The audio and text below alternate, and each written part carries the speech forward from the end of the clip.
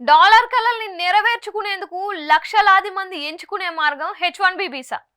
దీనికోసం ఎంతలా శ్రమిస్తారో ప్రత్యేకంగా చెప్పాల్సిన అవసరం లేదు.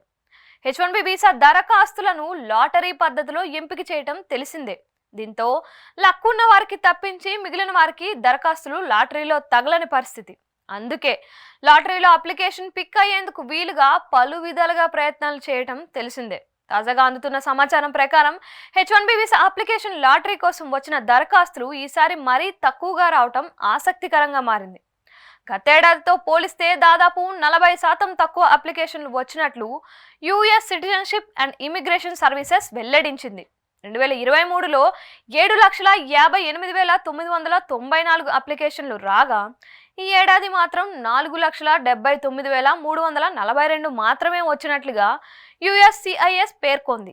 అప్లికేషన్లు తక్కువగా వచ్చినప్పటికీ అప్లై చేసిన ఉద్యోగాల సంఖ్య మాత్రం గత ఏడాదితో సమానంగా ఉండడం గమనార్హం. దీనికి కారణం H1B వీసా లాటరీ కోసం దాఖలు చేసే దరఖాస్తుల విషయంలో తీసుకున్న చర్యలే తాజా పరిస్థితికి కారణమని చెబుతున్నాయి. గతంలో H1B వీసా లాటరీ కోసం మాన్యువల్గా అప్లికేషన్లు అప్లై చేసుకునే పద్ధతి ఉండేది. తర్వాత దాని స్థానంలో ఎలక్ట్రానిక్ పద్ధతిని ప్రవేశపెట్టారు. అయితే లాటరీలో తమ అప్లికేషన్ పిక్ చేసుకోవటానికి వీలుగా కొన్ని కంపెనీలు వ్యక్తులు తప్పుడు పనులకు పాల్పడడంతో దానికి చెక్ పెట్టేందుకు వీలుగా కొత్త నిబంధనల్ని తీసుకువచ్చారు.